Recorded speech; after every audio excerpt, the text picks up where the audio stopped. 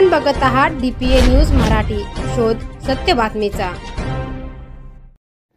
मनोज जरांगे पाटील यांची मराठवाडा सामाजिक फाउंडेशनच्या पदाधिकाऱ्यांनी आंतरवाली सराटी येथे घेतली सदिच्छा भेट।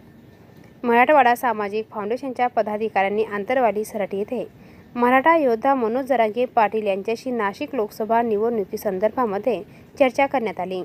सकल मराठा समाज व मराठवाडा सामाजिक फाउंडेशनच्या वतीने श्री BS बोखारे पाटील हे उमेदवारी करण्यास इच्छुक आहेत व आपण मागील काही महिन्यापासून लोकसभेच्या निवडणुकीची तयारी देखील केली आहे। मराठवाडा सामाजिक फाउंडेशन शेतकरी, कामगार, विद्यार्थी, अनाथ, अपंग, बेरोजगार यांच्यासाठी महाराष्ट्रामध्ये मागील काही वर्षापासून सातत्याने काम करत आहे। ज्याच्या हाताला काम नाही त्याच्या हाताला काम मिळवून देणे, शासकीय, निमशासकीय शेतकऱ्यांचे काही कामे असतील ते कामे करून देणे असे बरेच प्रकारचे काम मराठवाडा सामाजिक फाउंडेशन महाराष्ट्रभर करत आहे। आम्ही आपल्या मार्गदर्शनानुसार व आदेशानुसार येणाऱ्या लोकसभेचे नियोजन करणार आहोत असा विश्वास मराठवाडा सामाजिक फाउंडेशनच्या पदाधिकाऱ्यांनी दिला आहे।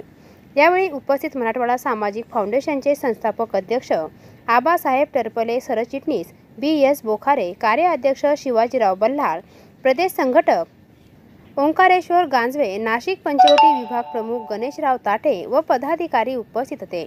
DPA न्यूजसाठी विशेष प्रतिनिधी रोहित झोल, अंतरवाली सराटी। ताज्या घडामोडी व अपडेट जाणून घेण्यासाठी आताच DPA न्यूज चॅनलला सबस्क्राइब करा आणि बेल आयकॉन क्लिक करायला विसरू नका।